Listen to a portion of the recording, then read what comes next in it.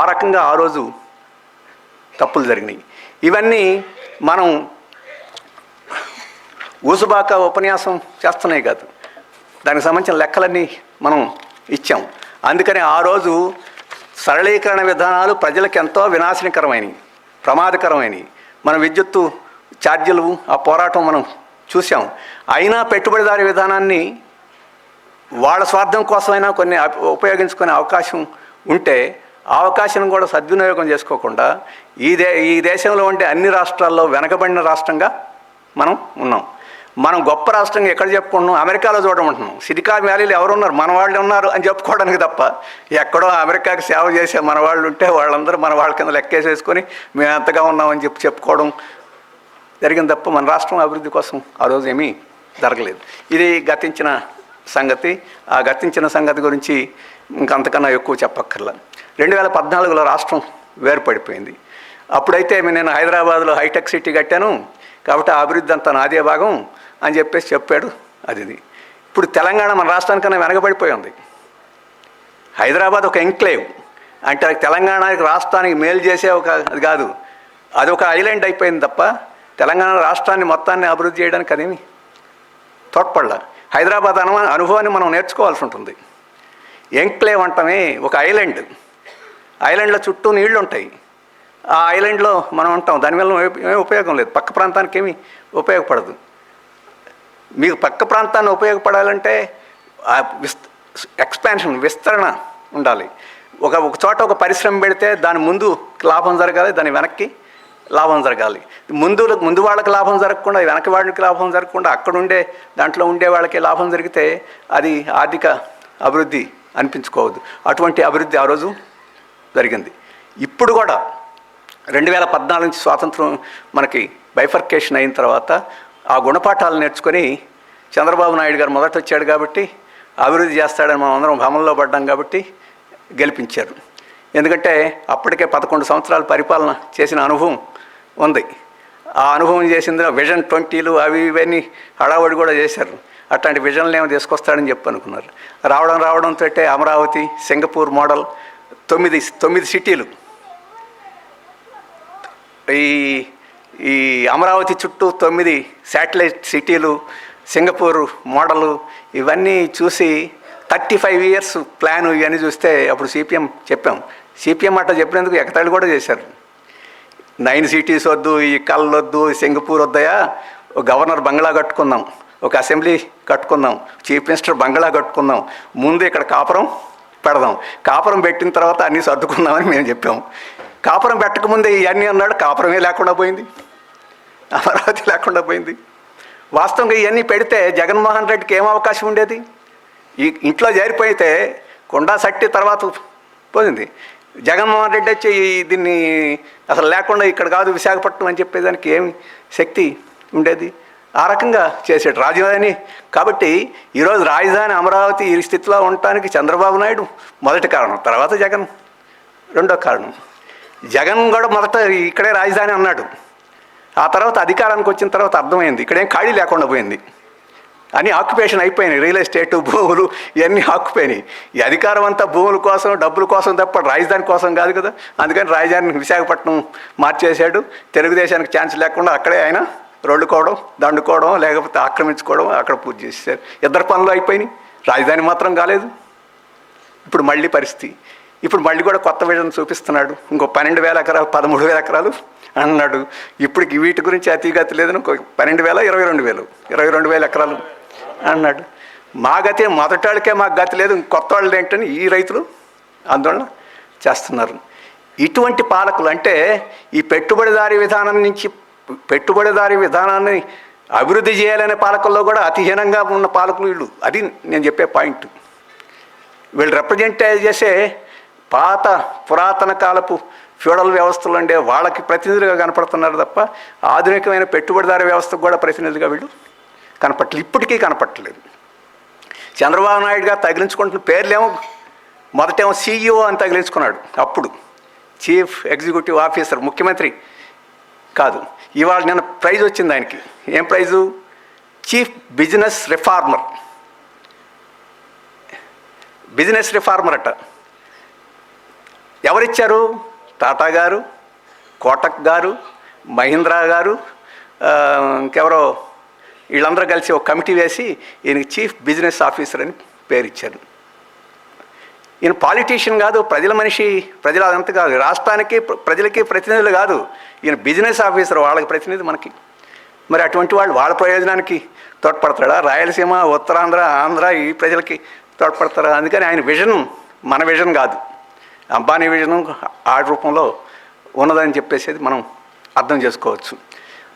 ఇంతకుముందే చెప్పినట్టు ఇప్పుడున్న పరిస్థితులు ఆయన మొదటి 5 ఏళ్లలో ఎన్ని సిఐఐ సమిట్లు పెట్టాడు,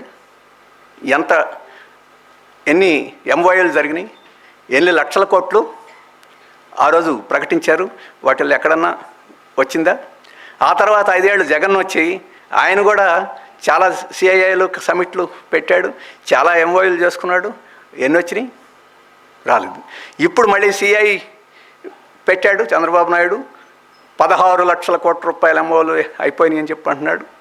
గూగుల్ ఒక్కటే 16 బిలియన్ డాలర్లు గూగుల్ ఒక్కటే డేటా సెంటర్ పెట్టాడని చెప్పేసి చెప్తున్నాడు. అలాగే జగన్మోహన్ రెడ్డి చెప్పినట్టు ఈరోజు కూడా చెప్తున్నాడు. ఇవాళ మన లోకేష్ గారు ఆ సంస్థలన్నీ పేర్లు చెప్పాడు. ఈ సంస్థలన్నీ వస్తానంటే వీళ్ళు వైఎస్ఆర్పి వాళ్ళు కేసులు వేసి రాకుండా చేస్తున్నారు అని చెప్తున్నారు. వాళ్ళు కేసులు వేసి రాకుండా చేస్తుంటే వాళ్ళు తప్పకుండా విమర్శించాల్సిందే. వాళ్ళు కేసులు వేయకపోతే నువ్వు రప్పిస్తావా అని చెప్పేసి మనం అడిగే ప్రశ్న. గత చరిత్ర చూస్తే రప్పిస్తారనేది కనపడలేదు. భూములు మాత్రం తీసేసుకుంటారు. మీరు లేపాక్షి 8,000 ఎకరాలు తీసుకున్నారు పరిశ్రమలు పెడతాను, ఒక్క పరిశ్రమ రాలేదు, 8,000 ఎకరాలు కబ్జా చేశారు. ఇంతకుముందు చెప్పిన 20,000 ఎకరాలు తీసేసుకున్నారు, ఒక్కటి రాలేదు. కాకినాడలో 12,000 15,000 ఎకరాలు తీసుకున్నారు, రైతులందరూ గొడవ చేస్తే ఒక 6,000 తిరిగిచ్చారు, మిగతా వాళ్ళ దగ్గర ఉంది, ఏమీ రాలేదు. అనిల్ అంబానీకి 2,800 ఎకరాలు నెల్లూరులో కృష్ణపట్నం ఓడరేవు దగ్గర ఆ రోజు ఇచ్చారు. ఇప్పుడు ఈ పరిశ్రమ లేదు, ఏమీ లేదు, కంచేసుకొని కూర్చున్నారు. ఈ రకంగా చెప్తే 1,000 ఎకరాలు ఆ రోజు ఇచ్చి, మరి ఆ 1,000 ఎకరాలు ఇచ్చి ఏమీ లేకుండా వీళ్ళు అట్లా జరగవని చెప్పేసి గ్యారంటీ ఏమిటి అని చెప్పేసి మొదటి ప్రశ్న. గ్యారంటీ ఏమిటంటే వస్తాయని చెప్తున్నారు. మేము గ్యారంటీ లేదని ఎందుకు చెప్తున్నామంటే మొదటి కారణం, ఇవాళ ఆర్బీఐ మీరందరూ పేపర్లో చూస్తుంటారు, ఆర్బీఐ ఈ ప్రతి 3 నెలలకి 4 నెలలకి వడ్డీ రేట్లని నిర్ణయించి పెంచడం తగ్గించడం చేస్తుంటుంది. వాళ్ళు ఒక రిపోర్ట్ ఇచ్చారు. ఆ రిపోర్ట్ ఏంటంటే మన దేశంలోకి ఈ పరిశ్రమలు వచ్చేదానికి అవకాశం తక్కువ ఉంది, ఎందుకంటే మనకు ధరలు బాగా పడిపోయినాయి, ధరలు 0.3% మాత్రమే ఇన్ఫ్లేషన్ ఉంది.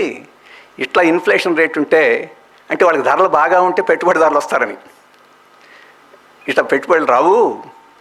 ఎందుకని పెట్టుబడులు రావంటే ఇక్కడ పెట్టుబడి పెడితే తక్కువ లాభం వస్తుంది, అందుకని రారు, ఇది మనం ఆలోచించాలని వాళ్ళు రిపోర్టు ఇచ్చారు. మరి వాళ్ళ రిపోర్ట్ ఆ రకంగా ఉంటే మీరు వచ్చేస్తుందని చెప్పేసి మీరు 2014 నుంచి ఇప్పటిదాకా యావరేజ్న ఎంత వచ్చింది మనకి? $1.2 బిలియన్ వచ్చింది ప్రతి సంవత్సరం. ఇచ్చాను డేటా. $1.2 బిలియన్ వచ్చింది. ఇప్పుడు చంద్రబాబును లోకేష్ ఏం చెప్తున్నాడు? 20 ఒక్క డేటా సెంటర్, గూగుల్ డేటా సెంటరే 5 సంవత్సరాల్లో $16 బిలియన్ వచ్చేస్తుందని చెప్పంటున్నాడు. ఇప్పటికే మన ఒప్పందాల్లో దాదాపు 5-6 లక్షల కోట్ల రూపాయల ఒప్పందాలు జరిగిపోయాయి అని చెప్తున్నాడు. మరి ఈ మాటలే చెప్పారు కదా గత మొదటి 5 సంవత్సరాలు, తర్వాత 5 సంవత్సరాలు ఇద్దరు కలిసి చెప్పారు కదా. కానీ యావరేజ్ 1.2, అంతకన్నా అధ్వానంగా ఉన్నాయి ప్రపంచ పరిస్థితులు. ఈరోజు ఉక్రెయిన్ రష్యా వార్ జరుగుతుంది, హమాస్కి ఇక్కడ గొడవ జరుగుతుంది, ఉద్రిక్తలు జరుగుతున్నాయి. ట్రంప్ టారిఫ్ నిబంధనలు ఇచ్చేసి రోజు పేచీలు పెట్టేస్తున్నాడు. ఇప్పుడు రైస్ మీదగా సుంకం విధించేస్తానంటున్నాడు. రైస్ మీద సుంకం విధిస్తే మొదటి కాకినాడ పోర్టు మూతపడిపోద్ది, ఇక్కడ నుంచే రైస్ అవుద్ది. మరి ఇన్ని అననుకూలమైన పరిస్థితులు ఇవాళ వచ్చేస్తాయి అని చెప్పేసి ఎలా చెప్తున్నారు? ఇదంతా హంబక్. ఆ రకంగా వచ్చేదానికి లేదు. కానీ ఒక్క రంగంలో పెట్టుబడి వచ్చేదానికి అవకాశం ఉంది. ఇప్పుడు అంతర్జాతీయంగా డేటా సెంటర్స్ బాగా, అంటే ఆర్టిఫిషియల్ ఇంటెలిజెన్స్ బూమ్ అనేది ఇప్పుడు ఉంది. ఈ ఆర్టిఫిషియల్ ఇంటెలిజెన్స్కి కంపెనీలు ఎగబడుతున్నాయి. అటువంటి ఆర్టిఫిషియల్ ఇంటెలిజెన్స్ కోసం ఎక్కడైతే భూమి చౌకగా దొరుకుద్దో, ఉచితంగా దొరుకుద్దో, నీళ్లు ఉచితంగా దొరుకుతాయో, విద్యుత్ ఉచితంగా దొరుకుతాయో అక్కడ వాటికి వెళ్ళి అక్కడ పెట్టాలని ప్రయత్నం చేస్తున్నారు. ఇప్పుడు విశాఖపట్నంలో గూగుల్ వాళ్ళకి ఉచితంగా 680 ఎకరాలు ఉచితంగా. అంటే ఈరోజు బట్టి గూగుల్ కాదు, గూగుల్ ముందే అసలు అదాని, అది గూగుల్ అదాని ఇన్స్టిట్యూట్, అది గూగుల్ది కాదు, అదాని బ్రోకర్ వాడు ముందు పెట్టేసి అదాని ఇవన్నీ చేస్తున్నాడు. టాటా కూడా వస్తున్నాడు, వాడికి ఇంకో కంపెనీ తోటి లింకప్ ఉంది, వాళ్ళు ఉంది, వాళ్ళందరూ వచ్చి పెడతామని చెప్పేసి అంటున్నారు. రావచ్చేమో, రాకపోవచ్చు. ఎందుకంటే ఈరోజు ఆర్టిఫిషియల్ ఇంటెలిజెన్స్, నిన్న బిల్ గేట్స్ ఉపన్యాసం మీరు చూశారు కదా, అంతకుముందు ఆర్టిఫిషియల్ ఇంటెలిజెన్స్ కనిపెట్టిన ఆయన ఒక ఉపన్యాసం చేశాడు. ఇది గతంలో .com బబ్బులు ఏదైతే జరిగిందో అటువంటి .com బబ్బుల్లాగా ఇది కూడా పేలిపోద్ది, వచ్చేస్తుంది లాభం వచ్చేస్తుందని చెప్పేసి అందరూ దీనికి వస్తే అందరికీ లంగు వచ్చేస్తుంది, అందరూ మూలన పడిపోతారు, దెబ్బతినిపోయి ఎవడో ఒక్కడో మిగులుతాడు. ఇప్పుడు ట్రంప్ ఏం చేస్తున్నాడు, డేటా సెంటర్స్ అందరినీ అమెరికాలోనే పెట్టండి, ఇంకెక్కడికి పోయేదానికి లేదని చెప్పేసి. ఇప్పుడు అమెరికాలో అంతా డేటా సెంటర్స్ మీద ప్రజలంతా తిరుగుబాటు చేస్తున్నారు, ఉద్యమాలు చేస్తున్నారు. ఎందుకంటే ఇప్పుడు వీళ్ళు ఆ డేటా సెంటర్ని, క్వాంటం కంప్యూటింగ్ని, క్లౌడ్ కంప్యూటింగ్ని వీళ్ళు చూపించి వచ్చేస్తున్నాయి అని చెప్పేసి చెప్తున్నారు. అందుకని ప్రపంచ పరిస్థితి చూస్తే ఈ డేటా సెంటర్స్ కూడా ఎప్పుడో బబుల్ పగిలిపోద్ది, ఆ బబుల్ తోటి వీళ్ళకి చంపకూడదు పగిలిపోద్ది, అట్లాంటి పరిస్థితి ఉండొచ్చు. ఇన్నిట్లోనూ ఎక్కడైనా ఒకటి రావచ్చు. ఇంతకుముందు కూడా వచ్చేస్తుంది అన్నప్పుడు ఒకటి కూడా రాకుండా పోలా, వచ్చింది కియా ఫ్యాక్టరీ వచ్చింది, అట్లా అక్కడక్కడ ఒకటి రావచ్చు.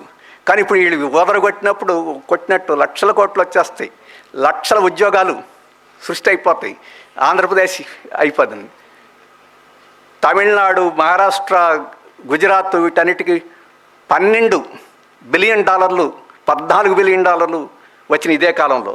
ఆంధ్రప్రదేశ్కి $1.2 బిలియన్ వచ్చినాయి. మరి ఈ 10 ఏళ్లలో సాధించిన వాడు ఇవాళ అకస్మాత్తుగా 1.5 సంవత్సరంలో సాధించేసి అందరినీ పక్కన పెట్టేసి మేము పోతామని చెప్తే, అందుకని నేను తమాషగా చెప్పేవాడిని. First time Chandrababu Naidu United రాష్ట్రంలో ఆయన ఇక్కడ సిఐఏ వాళ్ళని పిలిచి ఆయన మీటింగ్లు పెట్టి వచ్చేస్తున్నాయి అని చెప్పంటే, నీ దగ్గరకు వచ్చి చంద్రబాబు మంచి హోస్ట్ పిలిచి మంచి భోజనం పెడతాడు, నీ దగ్గరకు వచ్చేసి గోంగూర పచ్చడి తినేసేసి మద్రాసులో ఫ్యాక్టరీ పెట్టి వెళ్ళిపోతున్నారు, ఇది పరిస్థితి. అందుకని ఈ స్వీట్లు గోంగూరలు చూసి పెట్టుబడి పెట్టడు, వాడికి లాభం వస్తా లేదా, వాడికి కావాల్సిన స్కిల్డ్ మ్యాన్ పవర్ ఉందా లేదా, వాడికి కావాల్సిన స్పేర్ పార్ట్స్ సప్లైస్ ఆలస్యం లేకుండా వస్తుందా లేదా, వాడి విమానంలో నుంచి వచ్చి దిగి మళ్ళీ ట్రాఫిక్ జామ్లో ఇరుక్కోకుండా మళ్ళీ పోతానా లేదా, ఇవన్నీ చూసుకుంటాడు. అవన్నీ ఏర్పాట్లు చేయకుండా ఓదర కొడితే ఇప్పుడు కూడా ఓదర ఎక్కువను అసలు తక్కువలాగా ఈరోజు కనపడుతుంది. ఇది ఒక విషయం నేను చెప్పదలుచుకుంది. రెండో విషయం నేను చెప్పదలుచుకుంది, ఇప్పుడు ఈ పరిశ్రమల్లోనైనా, ఈ అభివృద్ధిలోనైనా ఎందుకని విశాఖపట్నం మీదే కేంద్రీకరిస్తున్నావు, ఎందుకని అమరావతి మీదనే కేంద్రీకరిస్తున్నావు? ఇటువంటి ఒక పెద్ద కేంద్రం రాయలసీమలో కూడా పెట్టాలని ఎందుకు ఆలోచన నీకు రావడం లేదు? నిన్న ఢిల్లీ వెళ్ళి నేను ఒక పెద్ద హార్టికల్చర్, రాయలసీమని ఒక పెద్ద హార్టికల్చర్ హబ్గా, అంటే ఉద్యానంగా తయారు చేస్తున్నానండి. 33 లక్షల మంది రైతులు ఆ చెట్లు పెంచుకుంటానే నరుక్కుంటానే ఉండాలా? మొత్తం రాయలసీమ అట్టాగే ఉండాలా? లేదు, వాళ్ళకి ఇంకా ఆ గది తప్ప ఇంకో గతి లేదని చెప్పేదా? కానీ ఈరోజు అత్యధిక విద్యుత్ రాయలసీమలో ఉత్పత్తి అవుతుంది, చవకైన విద్యుత్తు, సోలార్, విండ్ ఎనర్జీ, అదంతా తీసుకొచ్చి ఇక్కడ గూగుల్ వాటికి ఇక్కడ ఇస్తావు నువ్వు. అలాగే ఈ దేశానికి కాదు ప్రపంచానికే పనికొచ్చే అత్యున్నతమైన మినరల్స్ అన్నీ అక్కడ దొరుకుతున్నాయి. సిమెంట్కి, వెరైటీస్కి రకరకాల మినరల్స్ దొరుకుతున్నాయి. అవి కూడా తవ్వుకొని పోవడమేనా అక్కడ వాళ్ళకి?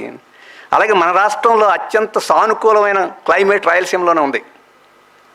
చూడండి మీరు, ఎందుకని ఐటీ పరిశ్రమలన్నీ మద్రాసు, హైదరాబాద్ వెళ్తున్నాయి, పూణే వెళ్తున్నాయి, బెంగళూరు వెళ్తున్నాయి. క్లైమేట్ ఆ రకంగా సూటబుల్గా ఉంది. రాయలసీమలో కూడా మీరు హిందూపూరు ఆ ప్రాంతాన్ని అంతా చూస్తే, లేపాక్షి, హిందూపూర్ అత్యంత వెనకబడిన ప్రాంతం, చవకైన పండని నేల. అటువంటి చోట దానికి కావాల్సిన నీరు, ఫైబర్ నెట్వర్క్, పవర్ అక్కడే ఉంది, మినరల్స్ అక్కడే ఉన్నాయి. ఒక ఎలక్ట్రానిక్ సిటీ, ఒక ఇండస్ట్రియల్ సిటీ ఎందుకు పెట్టకూడదు? కియా వచ్చింది, కియా నడుస్తుంది కదా. అక్కడ ఒక green field electronic city, industrial సిటీని డెవలప్ చేస్తే అక్కడుండే బ్యాక్వర్డ్నెస్, రైతాంగం, వాళ్ళ పిల్లలు వాళ్ళు అటువటికి పోయి ఆ రకంగా రాష్ట్రం ఇంకా మరింత ఇంటిగ్రేట్ అయిపోయి సమైక్యంగా ఉండేదానికి అవకాశం ఉంటుంది కదా. పెట్టుబడిదాడికి ఏముంది? వాడికి ఎక్కడ చౌకగా ల్యాండ్ ఇస్తే, ఎక్కడ నీరు ఇస్తే, ఎక్కడ నీరు కష్టమా? ఇప్పుడు విశాఖపట్నం, పోలవరం నుంచి శ్రీకాకుళంగా తీసుకెళ్తానంటున్నావుగా, శ్రీశైలం నుంచి కుప్పం తీసుకెళ్తున్నావుగా, శ్రీశైలం నుంచి హంద్రీనేవా, గాలేరు నగర్ కాలంలో కుప్పం తీసుకెళ్తున్నావుగా. ఇప్పుడు ఏం చెప్తున్నావు? పోలవరం నుంచి బనకచెర్ల తీసుకెళ్తానంటున్నావుగా. నీకు అక్కడ ఒక ఇండస్ట్రియల్ సిటీ పెట్టి తీసుకెళ్ళడానికి ఏమి ఇబ్బంది? పెట్టుబడిదారులు రారా? అక్కడిచ్చే ఉచితం ఇస్తే ఇక్కడికి వస్తారు. బెంగళూరుకి ఏ సముద్రం ఉందండి? ఏ సముద్రం ఉంది? బెంగళూరుకి ఏం లేదు కదా. మరి అక్కడ పరిశ్రమలు, హైదరాబాద్కి ఏం సముద్రం ఉంది? అక్కడ వచ్చినాయి కదా. ఈ ఇన్ఫ్రాస్ట్రక్చర్ ఎక్కడ ఏర్పాటు చేస్తే, ఎక్కడ చౌకగా ఏర్పాటు చేస్తే అక్కడికి వస్తారు.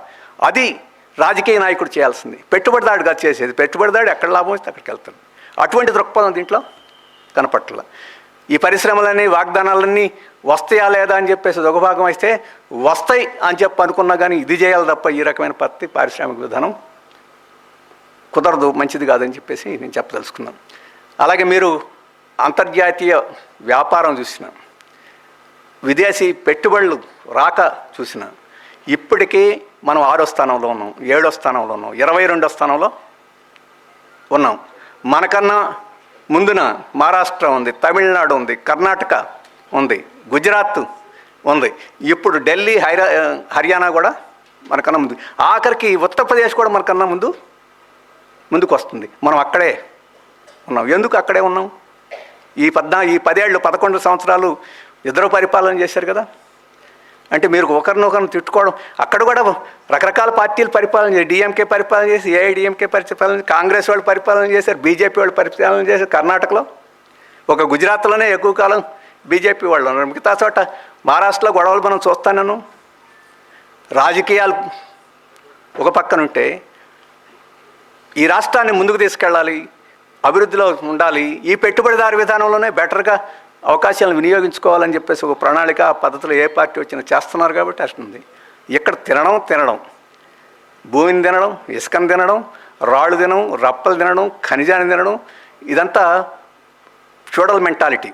కష్టపడటం ఉండదు, ఉత్పత్తి చేయడం ఉండదు, వాడిని కొట్టుకు తిని వీడిని కొట్టుకు తిని బలవంతంగా చేసే ఫ్యూడల్ మెంటాలిటీ ఏదైతే ఉందో, అటువంటి మెంటాలిటీ వీళ్ళు ప్యాంట్లు వేసినా, షర్ట్లు వేసినా, జుట్టుకు రంగు వేసినా కానీ వీళ్ళ మనస్తత్వంలో మాత్రం ఏమీ తేడా లేదు. అందుకని మన రాష్ట్రం ఈ రకంగా వెనకబడిపోతుంది. కాబట్టి ఇంకొక ముఖ్యమైనది, ఏ రాష్ట్రమైనా, తమిళనాడు ఎందుకు అంత స్కిల్డ్ పవర్గా ఉంది? ఈరోజు కేరళకు కూడా ఎక్కువ పెట్టుబడి వస్తుంది మనకన్నా ఎక్కువగా. ఎందుకుంది? అక్కడ స్కిల్డ్ పవర్ ఉంది. వాళ్ళ విద్యలో మనకన్నా ఎక్కువగా ఉన్నారు, ఆరోగ్యంలో మనకన్నా ఎక్కువ ఉన్నారు, వాళ్ళ హెల్త్ సిస్టము, ఎడ్యుకేషన్ సిస్టమ్ బెటర్గా ఉంది. కాబట్టి అక్కడుండి పనిచేసే వాళ్ళు స్కిల్డ్ పవర్ ఉన్నారు. ప్రొడక్టివిటీ, మనం ప్రొడక్టివిటీలో అంటే ఒక కార్మికుడు ఉత్పత్తి చేస్తే ఎంత ఉత్పత్తి చేస్తాడని చెప్పి లెక్క కడితే మనం 22వ స్థానంలో ఉన్నాం. ఏ పెట్టుబడిదారుడు వస్తాడు 22వ స్థానంలో ఉంటే? ఇప్పటికీ మనం మద్రాసు వెళ్ళి ప్రింట్ చేయించుకుంటాం. ఎందుకు ప్రింట్ చేయించుకుంటాం? ఇప్పటికీ ఇంత బెజవాడ, ఇంత చెప్పులు పరిశ్రమ, A to Z, ఒక చెప్పు తయారు చేయడానికి A to Z ప్రాసెస్లు అంతా చెన్నైలో ఉంటాయి, ఇక్కడ కనపడవు. గత 20 సంవత్సరాల నుంచి చెప్తున్నాను, ఎందుకని ఇక్కడ ఉండదు? ప్రారంభం నుంచి చివరి దాకా అన్నీ ఒకే చోట దొరకాలి, అన్నీ ఒకే చోట. ఎక్కడి నుంచో కాన్పూర్ నుంచి ఒకటి తెచ్చుకొని, మద్రాసు నుంచి ఒకటి తెచ్చుకొని, జలంధర్ నుంచి ఒకటి తెచ్చుకొని ఇక్కడ అతికించుకునే కార్యక్రమం మనం ఎందుకు చేస్తున్నాం? అవసరమైన స్కిల్ పవర్, మ్యాన్ పవర్ చేయకపోతే అది జరగదు, ఆ ప్రాసెస్ లేదు. అందుకని ఇవి సాధించకుండా ఈ సమ్మిట్లు లేకపోతే ఉపన్యాసాలు వీటి వలన పారిశ్రామిక అభివృద్ధి జరగదు అని చెప్పేసి ఖండితంగా చెప్తున్నాం. మనమే శాపనార్థాలు పెట్టేవాళ్ళం కాదు, కానీ ఇప్పటి వరకు జరిగిన ఎక్స్పీరియన్స్ నుంచి చెప్తున్నాం. ఈ ఈ పెట్టుబడిదారి విధానంలో కూడా ఆంధ్ర రాష్ట్రం మిగతా రాష్ట్రాల కన్నా ముందుకు పోవాలని కోరుకునేవాళ్ళం. ముందుకు పోయే పద్ధతిలో మీరు వ్యవహారం చేయడం లేదు. ఈ 11 సంవత్సరాల అనుభవం నుంచైనా మాటలు తక్కువతోటి చేతలు, ఇంత మాటలు ఏ రాష్ట్రంలో మనకు కనపడవు. ఇంత రాష్ట్రాలు, ఇంత మాటలు, ఇంత హడావుడి, ఇంత ప్రైజులు తీసుకొని సంతోషించే పద్ధతి ఎక్కడ కనపడదు. అందరూ ఎవరికి ప్రైజులు రావడం, అందరూ ముందుకు పోతున్నారు.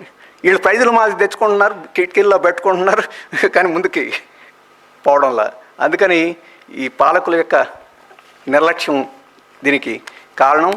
ఇది ఒక తెలుగుదేశం, ఒక